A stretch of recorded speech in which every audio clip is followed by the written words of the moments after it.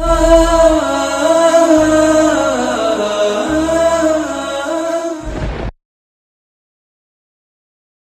الحمد لله نحمده ونستعينه ونستغفره ونؤمن به ونتوكل عليه ونعوذ بالله من شرور أنفسنا ومن سيئات أعمالنا من يهده الله فلا مضل له ومن يضلل فلا هادي له وأشهد أن لا إله إلا الله وحده لا شريك له وأشهد أن محمدا عبده ورسوله أما بعد فإن خير الحديث كتاب الله وخير الهدي هدي محمد صلى الله عليه وسلم وشر الأمور محدثاتها وكل محدثة بدعة وكل بدعة ضلالة وفي رواية وكل ضلالة في النار.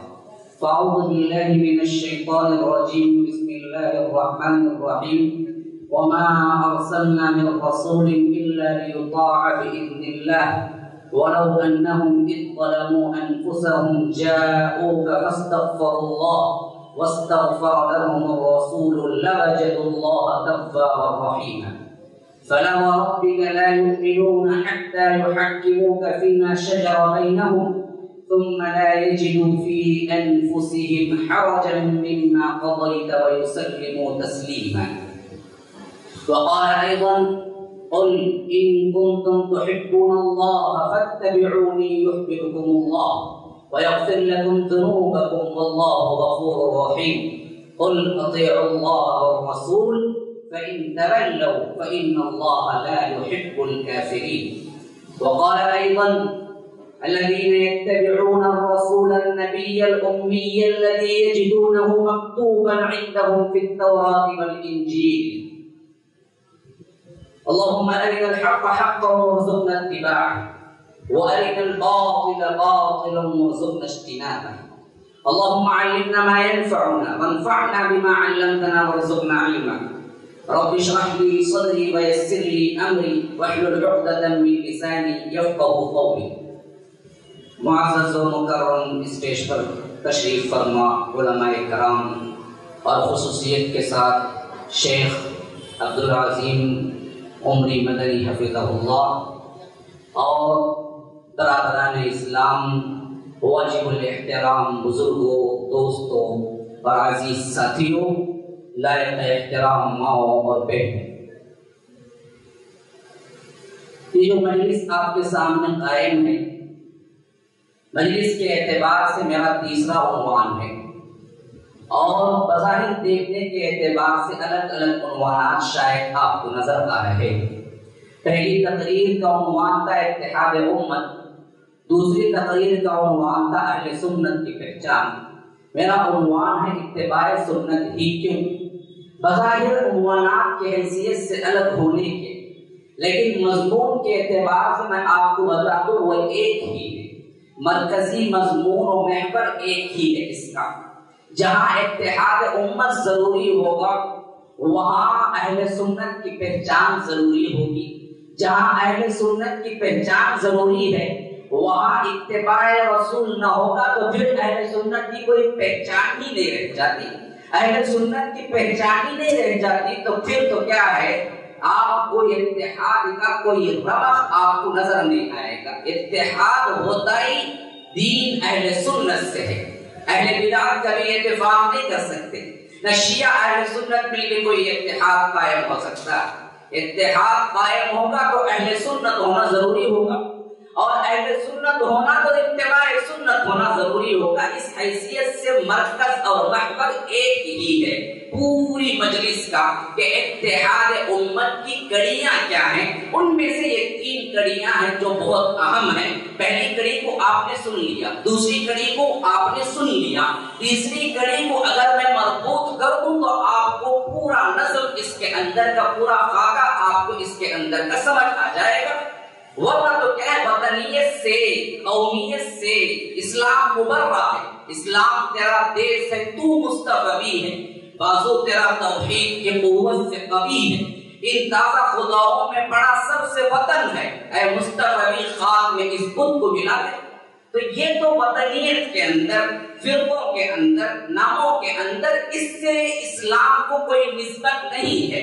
اللہ تبارک و تعالی نے محمد رسول اللہ صلی اللہ علیہ وسلم کو فرمایا کہ ان الذین فرقوا دینہم وکانوا شیعا لست منہم فی شیء۔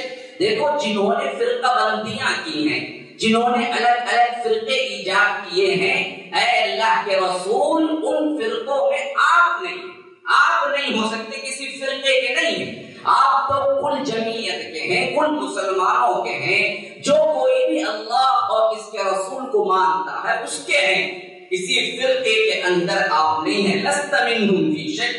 تو اب آئیے اس حیثیت سے سمجھ لینے کے بعد میرے عنوان کو زیر غور ایک بات کو سمجھنے کی کوشش کریں۔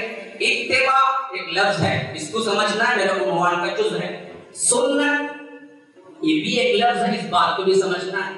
پھر کیوں کا سوال، ان دو کو سمجھیں گے تو آپ اچھی طرح خود تیسرا مسئلہ حل کر لیں گے۔ تو میں دو کو آپ کو سمجھاؤں گا، تیسرے پہ لا کے رکواؤں گا۔ آپ اپنے ذہن سے بھی کچھ تلاش کرنے کی کوشش کریں کہ مربوط اور نشانیاں اور حوالے کہاں سے دیے جا رہے ہیں۔ بعض لوگ جب بھی آتے ہیں دینی محفلوں میں افسوس کے ساتھ کہنا پڑتا ہے کہ دماغ باہر رکھ کے آتے ہیں، یا تو سونے کے لیے یا تو ذرا اچھی چیز تفریحاً اچھا لگتا ہے بھائی، بیان ان کا بڑا زوردار ہوتا ہے بھائی، آپ نے کیا سنا کیا لیا وہ تو معلوم نہیں، لیکن مقدر بہت اچھا بول رہے ہوتے ہیں، وہ تو مجھے معلوم نہیں کیا ہے۔ یہ طریقہ نہیں ہے، اس کے لیے اصل میں یہ مجلس نہیں، دماغ کے ساتھ حاضر رہیے اور آپ کا دماغ بھی ساتھ میں کام کرنا چاہیے کہ جو کچھ میں دے رہا ہوں وہ بالکل کیا ہے، بڑے اچھے بہترین سماعتوں کے حوالے کر رہا ہوں۔ میں سمجھتا ہوں کہ امت کا بہترین طبقہ یہاں پر بیٹھا ہوا ہے،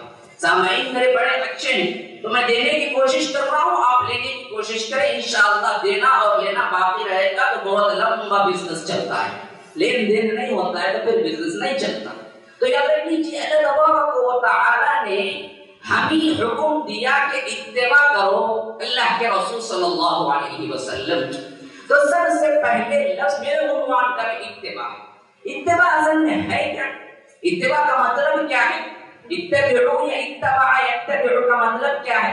تو معلوم ہوتا ہے کہ اتباع کا مطلب ہے نقش قدم پہ چلنا، کسی کے پیچھے پیچھے چلنا، کسی کی پیروی کرنا، جیسا کہ ابھی شیخ نے وضاحت کی تھی کہ اتباع پیروی کا نام ہے، یا کسی کے نقش پر نقش رکھنے کا نام ہے، یا کسی کے لیے اس کے پیچھے پیچھے چلنے کا نام ہے اتباع۔ اچھا اب سنت کیا ہے؟ سنت کہتے ہیں طریقے، سنت کہتے ہیں دستور، سنت کہتے ہیں قانون، یہ تمام معلوم ہے سنت۔ یہی سنت ہے جو طریقے کو قرآن میں زیادہ استعمال ہوا ہے، سنت اللہ التي قد خلت في عباده، یہ اللہ کی سنت ہے جو گزر چکی ہے، سنت من قد ارسلنا قبلك من رسلنا، یہ اللہ کی سنت رہی ہے کہ جب بھی اللہ تبارک و تعالی نے کسی قوم کو ہلاک کرنا چاہا تو پہلے رسول کو بھیج دیا۔ تو لفظ سننا بہت زیادہ طریقے کے معنی میں قرآن میں ذکر ہوا ہے۔ حدیث میں جیسا کہ ابھی الفاظ بن ساریہ کی حدیث شیخ نے بیان فرمائی، علیکم بسنتی وسنت الخلفاء الراشدین المہدیین، میرے طریقے کو لازم پکڑو، میری سنت کو لازم پکڑو، مطلب ہے میرے طریقے کو لازم پکڑو اور میرے خلفاء راشدین کی سنت کو یعنی ان کے طریقے کو بھی لازم اپنی کوچلیوں کے دانتوں سے پکڑ لو۔ تو معلوم ہوا اتباع نقش قدم کا نام ہے، پیروی کا نام ہے، ایک کے بعد دیگرے چلنے کا نام ہے، اور سنت طریقہ دستور کا نام ہے۔ تو اب ان دونوں کو جوڑ لیجئے کہ سنت اتباع سنت مطلب کیا ہوتا ہے؟ وہ طریقے کی پیروی کرنا، کس کی؟ اب شرعی اعتبار سے سمجھ لیجئے سنت کیا ہے۔ سنت تو میں نے ڈکشنری میننگ بیان کی، دستور ہے، لیکن شرعاً کیا ہے؟ اسلام سنت کسے کہتا ہے؟ ما اضیف الی النبی صلی اللہ علیہ وسلم من قول او فعل او تقریر او خلق او خلق او سیرت۔ سنت یہ ہے کہ جس کی بھی نسبت محمد رسول اللہ صلی اللہ علیہ وسلم کی طرف کر دی جائے، خواہ اللہ کے رسول کا قول و زبان سے کہا ہو، خواہ اللہ کے رسول صلی اللہ علیہ وسلم کا فعل ہو کر کے انجام دیا ہو، اللہ کے رسول صلی اللہ علیہ وسلم کی تقریر ہو. کیا مطلب؟ میں جو کر رہا ہوں تقریر وہ نہیں ہے. تقریر اصطلاح میں کہتے ہیں کسی کام کا ہونا اور اللہ کے رسول خاموش ہونا. اللہ کے رسول کے سکوت کو تقریر کہتے ہیں. یعنی اللہ کے رسول کسی کام کے ہوتے ہوئے خاموش رہے تو مطلب یہ ہے کہ اللہ کے رسول نے اجازت دے دی، حلال کر دیا، وہ بھی شریعت بن گئی. جس رسول کی خاموشی شریعت ہے تو اس رسول کا بولنا کتنی بڑی شریعت ہوگی. تو اللہ کے رسول کا سکوت بھی شریعت ہے، سنت ہے. اور اسی طرح کے اللہ کے رسول کیسے تھے، بھویں کیسی تھی، آنکھ ناک کیسے تھے، یہ ان کا حلیہ بیان کرنا یہ بھی سنت ہے، یہ بھی سنت کے اندر شامل ہے. اسی طرح اللہ کے رسول کے اخلاق کیسے تھے، کیسے بولتے تھے، کیسی رحم دلی تھی، کیسی دریا دلی تھی، کیسی سخاوت تھی، یہ بھی حدیث ہے، یہ بھی سنت ہے. اور اللہ کے رسول کی سیرت یہ بھی سنت ہے. تو معلوم ہوا اللہ کے رسول کی زندگی کے ہر نقش قدم پہ چلنا اتباع سنت کہلاتا ہے. اب نوٹ کر لیجیے، پھر میں دوہرا رہا ہوں کیونکہ یہ اصولی باتیں ہیں. بات اصول سے سمجھ لیں گے آدمی گمراہ نہیں ہوتا، بات اصولی طور پر نہ سمجھیں گے تو آپ پھسل سکتے ہیں. اتباع سنت کا مطلب ہے اللہ کے رسول صلی اللہ علیہ وسلم کی زندگی کے ایک ایک عمل کو، ایک ایک حرکت کو، ایک ایک جنبش کو اللہ کے رسول صلی اللہ علیہ وسلم کی ایک ایک صفت کو اپنا لینا، طریقے میں لانا، اس کی پیروی کرنا اتباع سنت ہے. اب آخری مضمون ہے نا، کیوں، یعنی اس کے علاوہ دوسرا طریقہ کیوں نہیں، رسول ہی کا طریقہ کیوں ہے. تو اب اس سے پہلے کہ میں کیوں پہ جاؤں اس کو اور وضاحت سے آپ کو بتا دوں. دیکھیے، ایک لفظ ہے شریعت کا اطاعت، ایک لفظ ہے شریعت کا اتباع.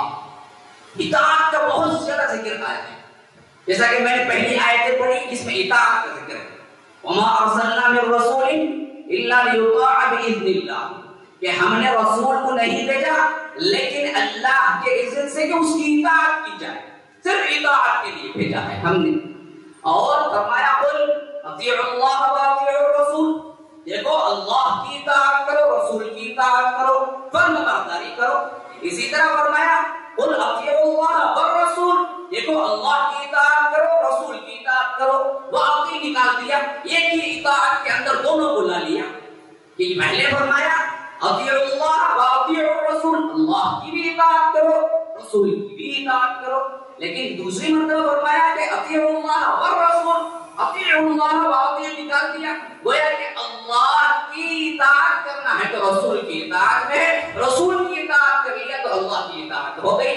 تیسری جگہ پھر فرمایا نساء میں 80 آیت نمبر، وہاں فرمایا تو یوں فرمایا کہ من یطع الرسول فقد اطاع اللہ، جو کوئی رسول کی اتباع کرتا، اطاعت کرتا ہے وہی اللہ کی اطاعت ہے. 3 آیتیں بتدریج ہیں، اطیعوا اللہ واطیعوا الرسول، اطیعوا اللہ والرسول، من یطع الرسول فقد اطاع اللہ. خالی صرف رسول کی اطاعت کر لینا ہی اللہ کی اطاعت ہے. تو یہ بتدریج اونچا کیا اونچا کیا اونچا کیا تو یہاں پر کرا ہوگا. تو ایک لفظ ہے اطاعت، دوسرا ایک لفظ ہے جو ہمارے ایمان کا جز ہے، وہ لفظ ہے محبت. دیکھیے، آپ بہت فرمانبرداری کر رہے ہیں، رسول سے کوئی محبت نہیں ہے. اللہ کی قسم اہل ایمان میں شمار نہیں، اللہ کی قسم اہل ایمان میں شمار نہیں. حضرت عمر جیسی شخصیت اللہ کے رسول سے ایک مرتبہ کہا کہ اللہ کے رسول، میری جان چھوڑ سب سے زیادہ میں کسی سے محبت رکھتا ہوں تو وہ محبت میں آپ سے کرتا ہوں.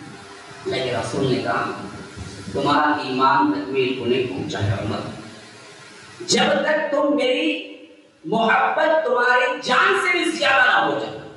لا يؤمن احدكم حتى اكون احب اليه من والده وولده والناس اجمعين. تمہاری جان سے بھی زیادہ تم محبت نہ کرنے لگو تب تک تم کامل ایمان والے نہیں ہو سکتے. تو عمر نے کہا کہ اللہ کے رسول اب میں اپنے جان سے بھی زیادہ محبت رکھتا ہوں. تو اللہ کے رسول نے فرمایا کہ الآن یا عمر، الآن اب تمہارا ایمان مکمل ہوا ہے، اب تمہارا ایمان مکمل ہوا ہے. تو ایمان کی تکمیل اطاعت کے ساتھ محبت کا ہونا ہے. محبت نہیں اطاعت ہے چل نہیں سکتا، اطاعت نہیں محبت ہے چل نہیں سکتا. آج ہم دو گروہوں میں اس کو بانٹ چکے ہیں. ایک گروہ وہ ہے جو بڑا محبت کا نعرہ لگاتا ہے، عاشقان نبی، عاشقان محمدی، عشق میں مبتلا.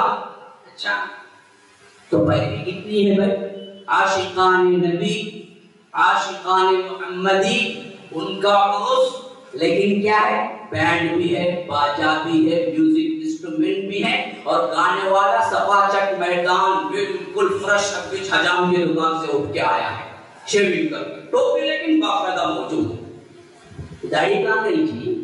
ناخواں حضرات سے گزارش ہے، اتنی نعتیں ہیں جو بڑے کیا ہے لہن کے ساتھ سر ہلا ہلا کے گاتے ہیں، لیکن داڑھی نہیں ہوتی. محبت کے بڑے اشعار. چلے گی ایسی محبت؟ نہیں چلے گی. وہاں اطاعت ہی نہیں ہے. اطاعت کا بڑا دعویٰ ہے لیکن صحیح محبت سے انکار کر رہا ہے، جیسا کہ خوارج کا مسئلہ تھا. وہ پورے اہل بیت سے انکاری تھے، بڑے اطاعت گزار تھے، تہجد کبھی نہیں چھوڑا. معلوم ہے جس نے حضرت علی کو قتل کیا تھا اس نے کبھی اپنی زندگی میں تہجد نہیں چھوڑا، تہجد نہیں چھوڑا اس نے.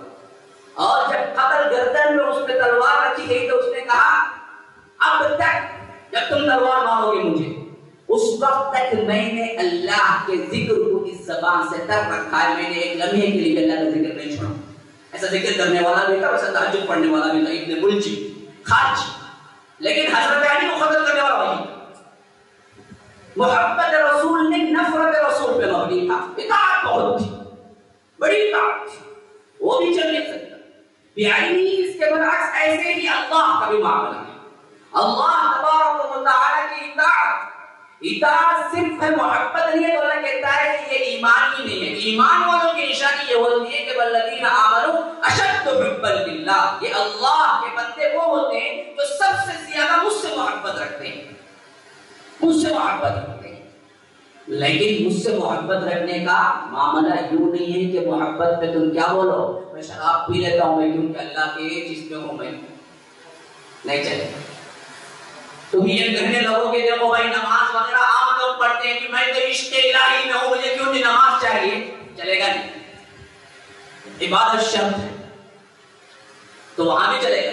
جو بہت سے لوگ کیا کرتے ہیں اس طرح جھانسا دیتے ہیں عوام، ہمارے تمہارے واسطے بھائی ہماری روح سے بھی اپنے عرش مولا کو ہے کہتے ہیں کیا نماز پڑھ لو کہتے ہیں. انہوں ایک ہی چاہیے کرتے انہیں ایک ہی وقت میں یہاں بھی رہتے کہتے، ایک ہی وقت میں کعبۃ اللہ میں بھی رہتے کہتے، ایک ہی وقت میں عرش الہی میں بھی رہتے کہتے، 4-5 جگہ رہتے کہتے ایک ہی دن.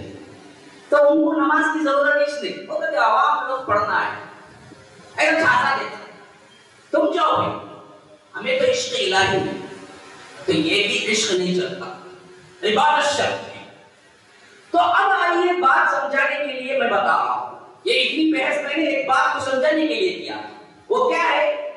جہاں اطاعت و محبت اللہ کے لیے بنتی ہے تو اس کا نام ہے عبادت. اب یہ بھی نوٹ کر لیجیے اچھی طرح، اطاعت پلس محبت یہ دو جمع ہو جائیں تو اکول ٹو عبادت اللہ کے لیے. وہی رسول کے لیے عبادت کبھی نہیں ہو سکتی. تو جہاں رسول کے لیے اطاعت و محبت جمع ہو جائیں گے اکول ٹو اتباع. تو معلوم ہوا اتباع اطاعت سے اوپر کا ایک درجہ ہے. اطاعت کرو جو کہو اس کو مانو. اتباع کیا ہے؟ جو نبی کہو وہ بھی مانو. اتباع کیا ہے؟ جو نبی کہو. طریقہ معلوم ہو گیا اللہ کے رسول یوں کرتے تھے کھاؤ. اللہ کے رسول کو کدو پسند تھا، مطلب ابن عمر صاحب تھے. اللہ کے رسول نے ایک درزی نے دعوت دی اور اس درزی نے کدو کا سالہ پکایا تھا. اللہ کے رسول شیروا چھوڑ کے انگلیوں سے کدو کو ٹٹول ٹٹول کے کھا رہے تھے. ابن عمر نے دیکھ لیا. وہ کہتے ہیں کہ اللہ کی قسم مجھے کدو پسند نہیں تھا.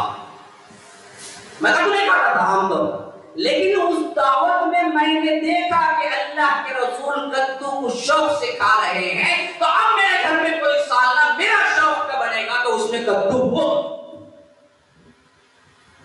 یہ اتباع ہے، اطاعت نہیں، اس سے ایک درجہ ہو۔ اللہ کے رسول نے کہا کدو ہی کھانا ہے۔ ایک صحابی آئے، مرتبہ اللہ کے رسول کو دیکھا کہ اللہ کے رسول کی یہ بٹن کھلی ہوئی، یوں بیٹھے ہوئے تھے بڑے بے تکلف انداز میں، ہوا کے ایسے بیٹھے ہوئے تھے، یہاں کی بٹن سینہ نظر آ رہا اللہ کے رسول۔ اب یہ صحابی گئے گھر میں، کہا اللہ کی قسم زندگی میں کبھی میں یہ اوپر کی بٹن نہیں لگاؤں، میں نے رسول کو اس حالت میں دیکھا ہے، وہ حالت مجھے پسند ہے۔ لیکن رسول حج کو گئے تھے، ابن عمر ساتھ میں تھے، تو ایک مرتبہ ایک جگہ پڑاؤ کیا تو وہاں پیشاب کیا جاتا ہے۔ ابن عمر بعد میں 50 حج کیے، 50 حج، ہر سال حج ہو جاتے تھے ابن عمر، اور اللہ کی عمر بھی لمبی تھی۔ حضرت عمر کے بیٹے عبداللہ بن عمر جب بھی جاتے اس جگہ قیام کرتے اور پیشاب کے لیے جاتے۔ شاگرد نے پوچھا آپ نے استاد ہمیشہ کیا اسی وقت آپ کو یہاں پیشاب آتا ہے؟ کہا کہ نہیں، میں نے دیکھا اللہ کے رسول ایک مرتبہ کہ سنت کی پیروی کے لیے جا کے آتا ہوں، مجھے آئے نہ آئے میں جا کے آتا ہوں۔ یہ کہتے ہیں اتباع، اطاعت سے ایک درجہ ہوتا ہے۔ اطاعت کیا ہے؟ جو کہو کر لو۔ اتباع کیا ہے؟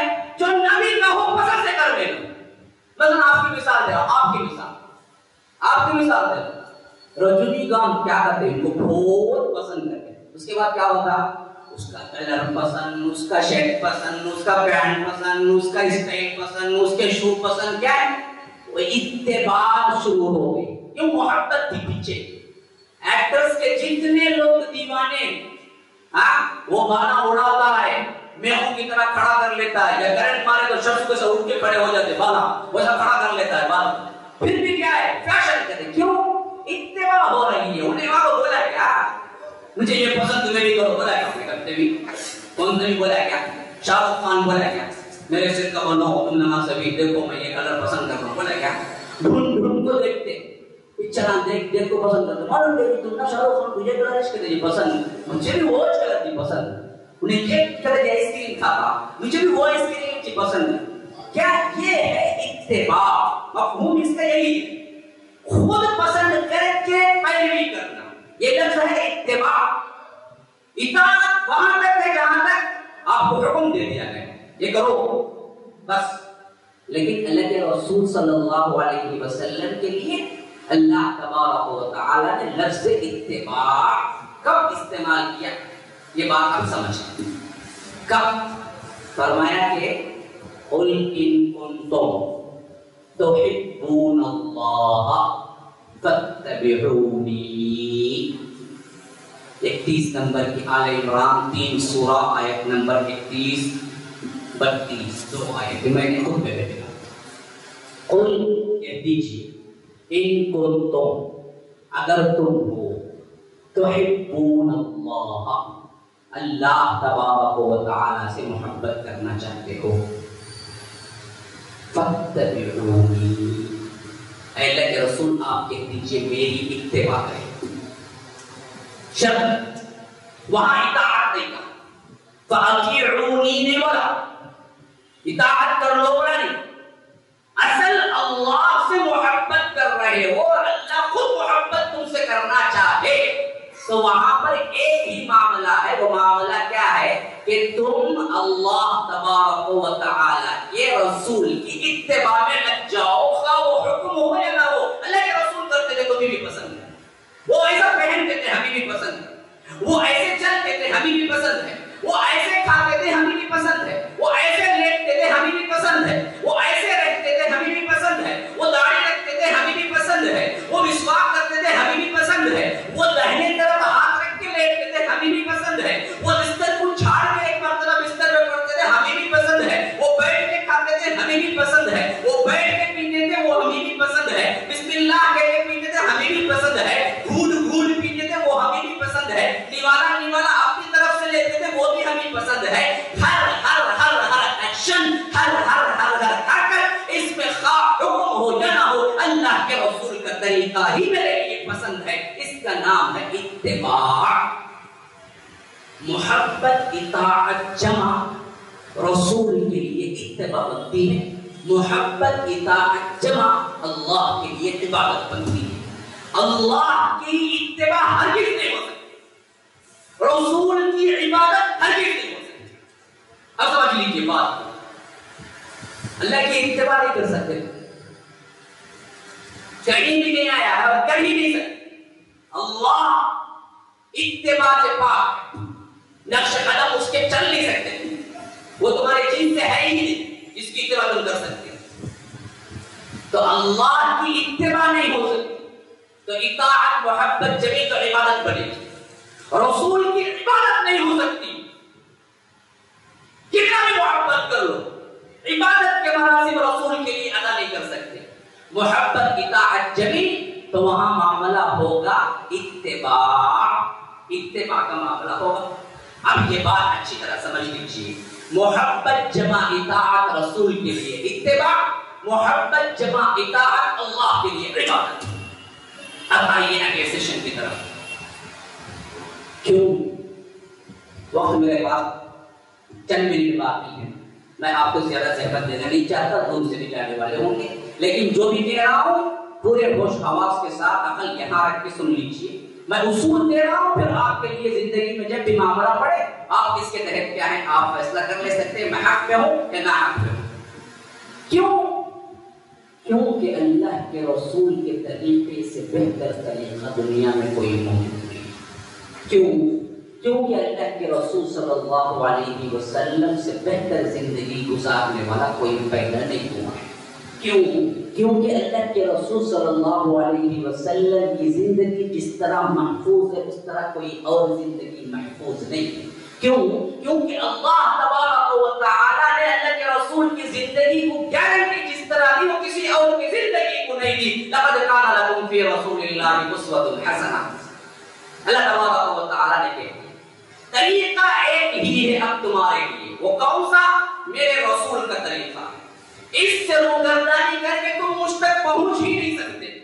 تم لاکھ محبت کرنے کا دعویٰ کرو، رسول کی اطاعت کے اندر ہو تو میں بھی قبول کروں گا، رسول کی اطاعت نہیں ہے اس کے اندر، اتباع نہیں ہے تو میں قبول کرنے والا نہیں ہوں۔ اس کی دو باتیں اللہ تبارک و تعالی نے بڑی شان سے نازل کی۔ ایک ہے فتح مکہ کے موقع، فرمایا الیوم اکملت لکم دینکم واتممت علیکم نعمتی ورضیت لکم الاسلام دینا۔ دیکھو آج کے دن میں نے کامل کر دیا تمہارے دین کو، تمہارے دین واتممت علیکم نعمتی، اور اپنی نعمت تم پر تمام کر دی، ورضیت لکم، اور راضی ہو گیا تمہارے لیے، اسلام دینا، اسلام کو دین کی حیثیت سے، قانون کی حیثیت سے، لا کی حیثیت سے، دستور کی حیثیت سے، سنت کی حیثیت سے، طریقے کی حیثیت سے۔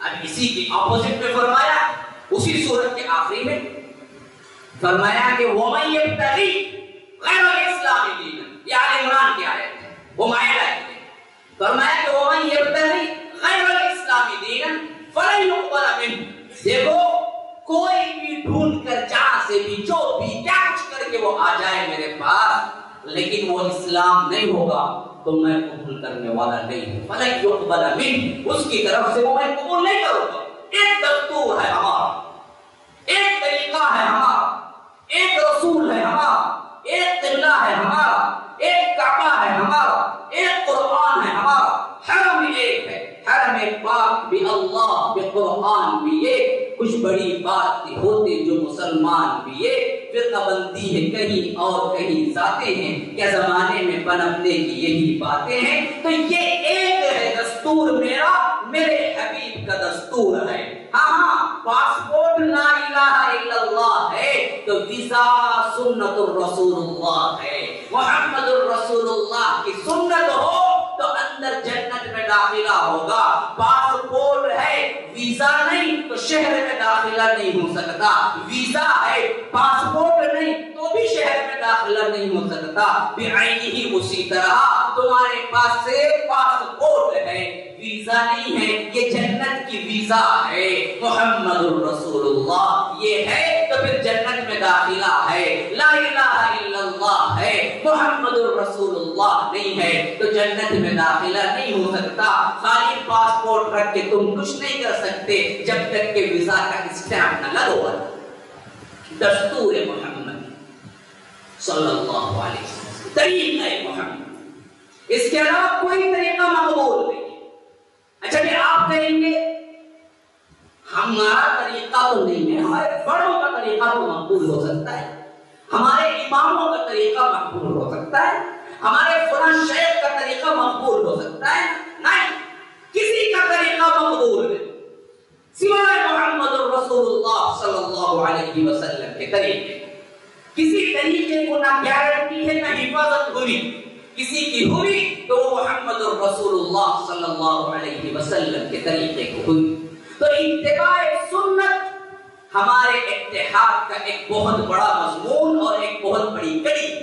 اس کو مضبوطی سے تھامو تو اختلافات مل جائیں گے، فرقے چلے جائیں گے. کوئی کہتا ہے میں حنفی ہوں پیدائشی، کوئی کہتا ہے میں شافعی ہوں، کوئی کہتا ہے میں مالکی ہوں، کوئی کہتا ہے میں حنبلی ہوں، کوئی کہتا ہے میں فلاں ہوں، میں قریشی ہوں، میں سیدی ہوں، میں مظاہری ہوں، میں نقشبندی ہوں، میں سہروردی ہوں. ان فرقوں میں کون سے فرقے میں محمد ہے صلی اللہ علیہ وسلم؟ ہم پوچھتے ہیں کن میں ہے محمد؟ اتنے فرقوں میں محمد کن میں ہے صلی اللہ علیہ وسلم؟ احمد مجتبی محمد رسول اللہ، محمد مصطفیٰ محمد رسول اللہ، سید العرب والعجم، انسانیت کے سرور عالم، سرور دو عالم، سردار انسانیت. وہ کون سے فرقوں میں سے ہیں؟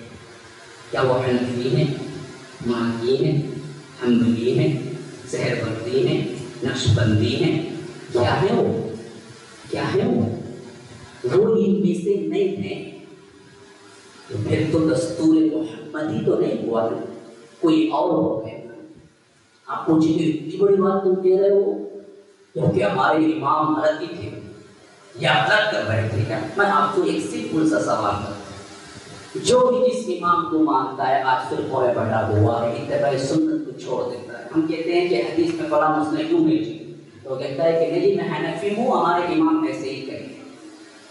خیر جائز ہے، اس وقت کے لیے میں کہتا ہوں کہ جائز ہے، لیکن ایک بات ذرا سوچ کے کہیے، تمہارے امام اللہ کے رسول کی سنت کو اتنا ہی بڑا مانتے تھے جیسا اللہ اور اس کے رسول نے کہا ہے؟ نہیں، تمہارے امام کہتے تھے کہ نہیں وہ رسول سے بڑا. یہ تم مانتے ہو کیا؟ جس امام کی پیروی اختیار کر کے تم کہتے ہو کہ یہ میرا مسئلہ نہیں، میرے امام کا مسئلہ ہے. میں پوچھتا ہوں اچھا تمہارے امام کا مسئلہ یوں ہے تو وہ امام اللہ کے رسول سے بڑا کہتے تھے یا اللہ کے رسول سے چھوٹا کہتے تھے اپنے آپ؟ جب وہ اللہ کے رسول سے بڑا ہرگز نہیں کہہ سکتے تبھی امام بن سکتے ہیں. بڑا بولے تو امام ہی نہیں بن سکتے.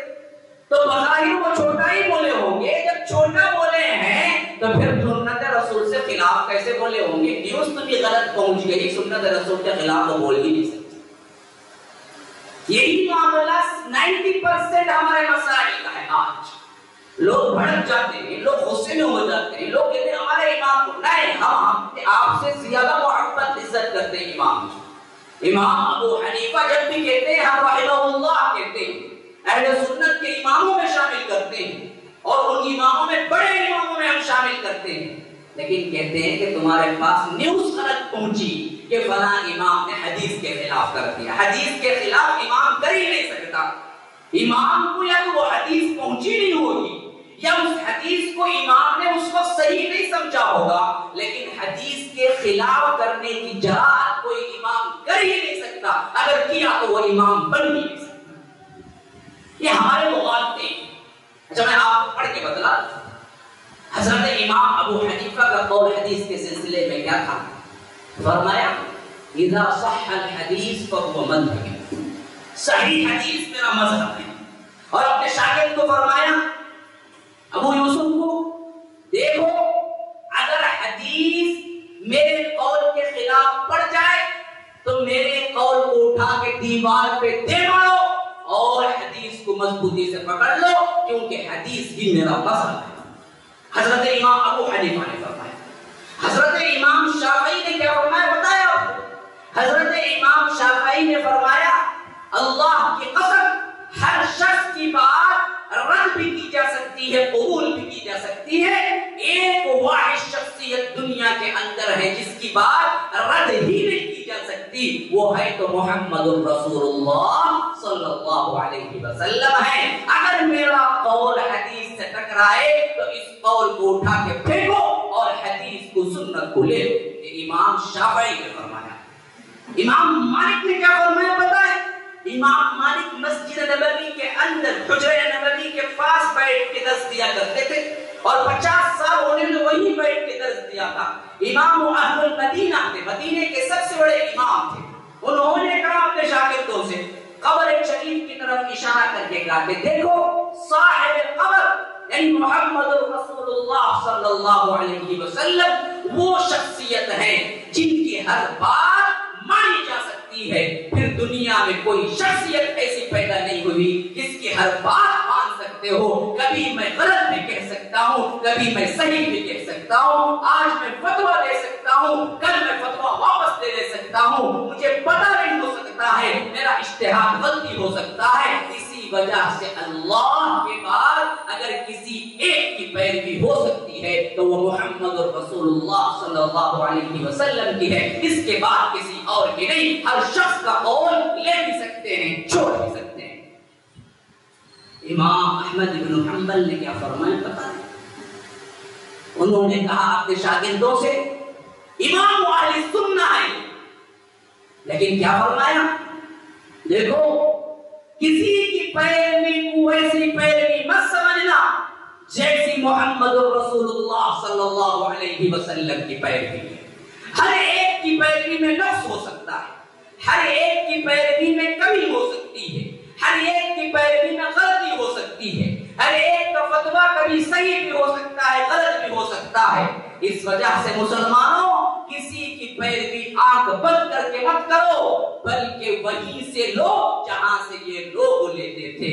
نہ تم سفیان ثوری کی اتباع کرو، نہ ابو حنیفہ کی اتباع کرو، نہ امام مالک کی اتباع کرو، نہ امام شافعی کی اتباع کرو، نہ اسی طرح کے دوسرے سلف کے جو امام ہیں ان سب کا نام لے کے کہا کہ ان سب کی اتباع نہیں، ان سب کے حدیث کے اصول پر مبنی جو چیزیں ہیں اس کی پیروی کرو اور وہیں سے فتاوا لو جہاں سے یہ لوگ لیا کرتے تھے، کیونکہ یہ سب کے بعد آنے والے ہیں۔ آخری امام احمد بن حنبل، چاروں اماموں نے اپنی پیروی کرنے والوں کو ڈنکے کی چوٹ پہ یہی کہا، صرف اتباع سنت مرکزی محور رہے، رسول کا طریقہ حجت ہے، میرا طریقہ حجت نہیں۔ میں آج صحیح ہو سکتا ہوں، کل غلط ہو سکتا ہے، آج میں ایک فتویٰ دے سکتا ہوں، کل اس فتوے کو لے سکتا ہوں کہ غلطی ہوگی، کیونکہ میں انسان ہوں، میں رسول نہیں ہوں، میرے اوپر وحی نہیں اترتی۔ لیکن امت کے فرقے اس وقت بنے جب جہالت عام ہو، لوگوں نے ان کو اتباع کا درجہ دیا اور ان کی کتابوں کو اور ان کے فتووں کو سنت اور حدیث کا درجہ دیا۔ اس طرح امت کے اندر فرقے ہو گئے، یہاں تک کہ کعبۃ اللہ کے اندر 4 مصلی تھے 600 ہجری کے اندر۔ ایک وقت میں امام پڑھاتا تھا، ابو حنیفہ کے لوگ پڑھتے تھے، ایک وقت میں امام پڑھاتا تھا، امام شافعی کے لوگ پڑھتے تھے، ایک وقت میں امام پڑھاتا تھا، امام ابن حنبل کے لوگ پڑھتے تھے، ایک وقت میں امام پڑھاتا تھا، امام مالک کے لوگ پڑھتے تھے۔ 4 مصلی تھے، حتیٰ کہ یہاں تک کہ کیا ہے اس صدی کے آخری حصے تک 4 مصلی تھے۔ یہ تفریقہ کیوں ہوا؟ اور لوگ جب ان فرقوں پہ بولتے ہیں تو عوام سب سے بڑی بدنگاہی سے دیکھتی ہے اور سمجھتی ہے یہ اماموں کے استاد ہیں، یہ فلاں ہیں، یہ ایسے ہی ہیں، یہ کسی کی عزت نہیں کرتے، یہ کسی کی تعظیم نہیں کرتے۔ اللہ کی قسم کھا کے کہتا ہوں، پھر قسم کھا کے کہتا ہوں، پھر قسم کھا کے کہتا ہوں، اگر اماموں کی یہ بے عزتی ہوتی تو امام ابن حنبل سب سے بڑے بے عزت کرنے والے ہیں اماموں کو، کیونکہ ان کا قول ہے نہ ابو حنیفہ کی پیروی کرو، نہ مالک کی پیروی کرو، نہ شافعی کی پیروی کرو، نہ سفیان ثوری کی پیروی کرو، انہی سے لو جہاں سے ان لوگوں نے لیا ہے۔ تو ان کو کیوں تم اہل سنت کے امام مانتے ہو؟ یہ گستاخی نہیں ہے، یہی حکم امیر الہ ہے، اتباع صرف محمد رسول اللہ صلی اللہ علیہ وسلم. ان اماموں کی تعظیم برحق، ان اماموں کے مسلک برحق، ان اماموں کے اجتہادات برحق، ان اماموں کے طریقے برحق. لیکن امت پر فریضہ یہ ہے کہ جب بھی سنت کے خلاف امام کے قول کو یا طریقے کو دیکھے، امام کے ان کے اپنے مذہب کے تحت ہی اس طریقے کو چھوڑو اور محمد رسول اللہ صلی اللہ علیہ وسلم کے طریقے کو اپنا. کیوں؟ امام معصوم ہے اس معاملے میں. یا تو امام کو وہ حدیث پہنچی نہیں ہوتی، یا امام نے اس وقت جب پہنچی ہے اس وقت اس کو صحیح نہیں سمجھا. یہ دو کاز ہیں. امام ابن تیمیہ اپنی تاریخ میں لکھتے ہیں، اپنی کتاب میں لکھتے ہیں، اتباع سنت کے نام سے بتاتے ہیں کہ امام حدیث کے خلاف فتاوے کیوں ہوئے. اس وجہ سے کہ یا تو امام کے دور میں مرتب شدہ کتابیں نہیں تھیں. امام بخاری امام ابن حنبل کے بعد آنے والے ہیں، آخری امام کے بھی بعد. تو حضرت ابو حنیفہ کا زمانہ امام بخاری نہیں پایا تھا، بلکہ پیدا بھی نہیں ہوئے. امام شافعی کے وقت بھی امام بخاری پیدا نہیں ہوئے تھے. امام مالک کے وقت بھی امام بخاری پیدا بھی نہیں ہوئے تھے. امام ابن حنبل کی زندگی میں پیدا ہوئے اور اپنی بخاری کو امام ابن حنبل کے سامنے سب سے پہلے پیش کیا، اور انہوں نے پسند کر کے فرمایا کہ اس کے اندر جو کچھ ہے وہ صحیح ہے، میں بہت پسند کرتا ہوں اس مجموعے. تو حدیث کی کتابیں اماموں کے بعد مرتب ہوئی. تو جیسے آج ہمیں گھر بیٹھے حدیث ملتے ہیں، ویسی حدیثیں اس وقت نہیں تھی. ایک ایک حدیث کے لیے کروڑوں دن میلوں سفر کرنا پڑتا تھا، تب کہیں جا کے انہیں ایک حدیث ملتی تھی. تو وہاں حدیث کے مجموعے نہیں تھے. تو اس وقت دراصل اماموں کو اپنی رائے اپنے عقل سے کام لینا پڑا. جو بعد میں حدیث آ گئی تو معلوم ہو گیا کہ رائے مختلف. اسی خدشے کے تحت اماموں نے کہہ کے چلایا، دیکھو ہم کو انسان سمجھو، ہماری بات قبول بھی کر سکتے اور رد بھی کر سکتے، اور صحیح حدیث اگر آ جائے تو پہلے بھی اس کی ہوتی، میرے قول کی نہیں ہوتی. آج ہم دیکھتے ہیں صراحتاً سنت کی، صراحتاً رسول کے حدیث کی ہم کیا کھلا نافرمانی کر کے صاف کہتے ہیں کہ نہیں جی میں حنفی ہوں، ہمارے مسلک میں جائز ہے. اچھا یہ مسلک تھوڑا اللہ کے رسول سے مختلف ہے تو یہ تمہارا، یا تمہارا امام اللہ کے رسول کو نہیں مانتا؟ نعوذ باللہ. امام ابو حنیفہ تو اتباع سنت کے پہاڑ، وہ کیسے اللہ کے رسول کی کسی سنت کا انکار کر سکتے ہیں؟ دیکھیے ہمارے اندر کتنی بدعات ہیں، ان سب کو کہتے ہیں کہ یہ بھی رواج ہے. کتنی سنتوں کے خلاف عمل ہے، ان سب کو کہتے ہیں کہ ہمیں کیا ہے ایسا ہی حکم دیا ہے. حلال جانور میں 7 چیزیں حرام، فتوا. ارے حلال جانور میں 7 چیزیں حرام کہاں سے دیا گیا؟ نہیں ہمارے مسلک میں 7 چیزیں حرام ہیں. جی تم کھاتے ہو تو کھاؤ، وہ کہتے ہیں تمہارے لیے تو حلال ہے، ہمارے لیے حلال ہوتے ہیں. حلال تو سب کو حلال ہونا چاہیے اتنا نہیں. آپ دیکھیں حلال جانور میں 7 چیزیں حرام، وہ کیسے حرام ہوتے؟ تو ہاں ختم. تو اب کیا ہے، ایسی بہت سی مثالیں میں دے سکتا ہوں جو کھلا کھلا ہم کہتے ہیں کہ نہیں یہ ہمارے مسلک میں جائز. یاد رکھ لیجیے ہمارے مسلک تمہارے مسلک کی بات نہیں ہے، ہم سب کا مسلک ایک ہے، وہ محمد رسول اللہ صلی اللہ علیہ وسلم. مانتے ہو؟ مانتے ہو؟ کیا کوئی جواب نہیں آ رہا ہے؟ کن کے سامنے کہہ رہا ہوں؟ ایک معاہدہ مجھ سے کیجیے. آج دستور عمل طریقہ اللہ کے رسول کا ہی ہے ہماری زندگی میں. مانتے ہو؟ مانتے ہو؟ تو ایک وعدہ کر لیجیے آج سے، رسول کی سنت یا حدیث پہنچ جائے، ہم کسی بھی مسلک کے ہیں اس کو چھوڑیں گے، حدیث کو مانیں گے. مانیں گے انشاءاللہ. اللہ تبارک و تعالی ہمیں صحیح نہج کی توفیق عطا فرمائے، صراط مستقیم کی توفیق عطا فرمائے، اتباع سنت کی توفیق عطا فرمائے. جس طرح ہم یہاں پر جمع ہوئے ہیں ہم سب کو جنت الفردوس میں جمع فرمائے. ھذا وباللہ التوفیق صلی اللہ وسلم علی نبینا محمد. اسأل اللہ لی ولکم ولسائر المسلمین من کل ذنب فاستغفروه انه هو الغفور الرحیم.